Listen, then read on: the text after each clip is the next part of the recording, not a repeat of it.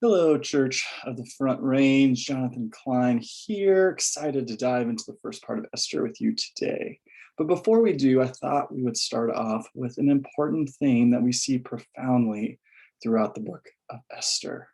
And that theme is God can and he does use even the unbelieving for his purposes. And that's just one of the many reasons we should pray for the King Xerxes of our day.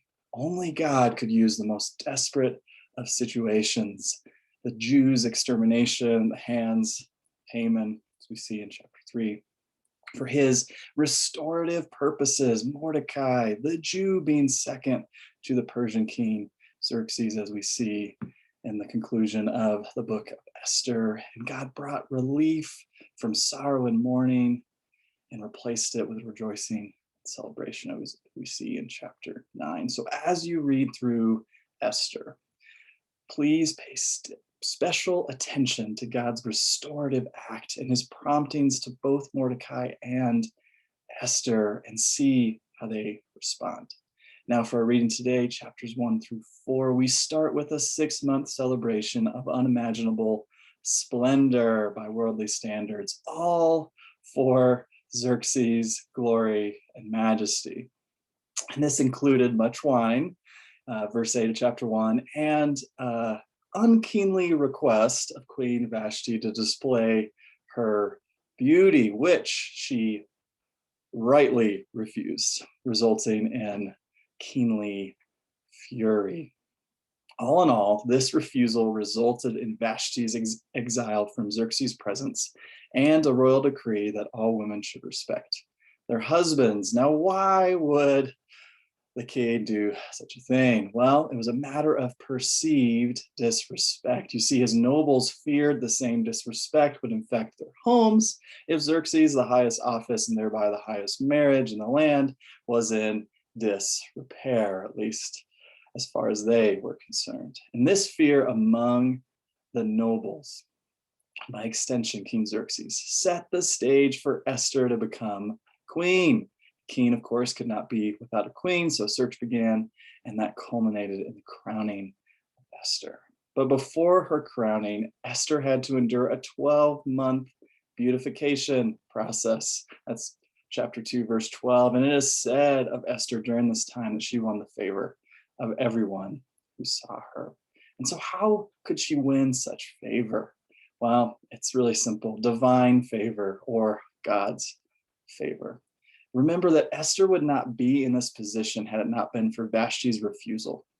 The king's attendants were also so pleased by her that she was given the best attendants from the king's palace and placed in the best place in the palace as well. And then she, of course, won the king's favor and approval too. God was at work positioning Esther in the perfect place. Its beginning started with the drunken act of a king, an unkingly demand of his queen, and culminated in Esther's crowning. God uses humanity's evil intentions and desires at times to fulfill his greater purposes. And a snapshot of God's purpose for Esther is found in chapter 4, verse 14, as Mordecai exhorts Esther to action, saying, "And who knows but that you have come to your royal position for such a time as this?" That's 4:14.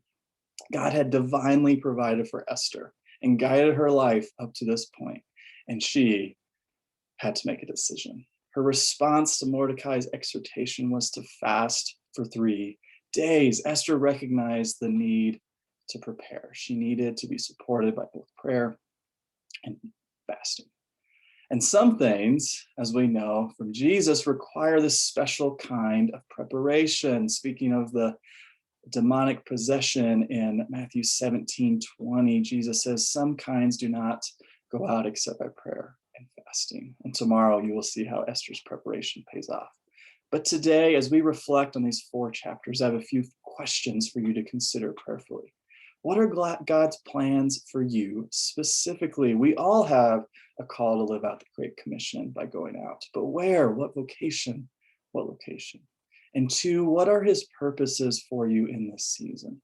Seasons change, and sometimes God's purposes in a season do too. For me, it was summer of 2018. A few years back, a month after graduating with my master's in communication management from the University of Denver, God called me in to ministry. It's pretty humorous to me now. And see, I had a season in the private sector, several years, and purposes there. And now I'm in a new season with differing purposes. The plan is the same, but the purposes have been altered.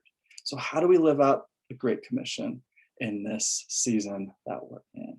And so, I want to encourage each of you, especially if you are struggling to understand His plan and purpose for your life, to cry out to Him in place of prayer. Jesus instructed us to ask, seek, and knock, and promised that those who ask receive, the seeking find, and the knocking see an opening. So persist in this place. It may take some time, yet I know God will reveal His unique plan, the where, and purpose for your life, the how, no matter the season you find yourself in. And of course, once you hear, obey. Thank you for tuning in. Till next time, friends.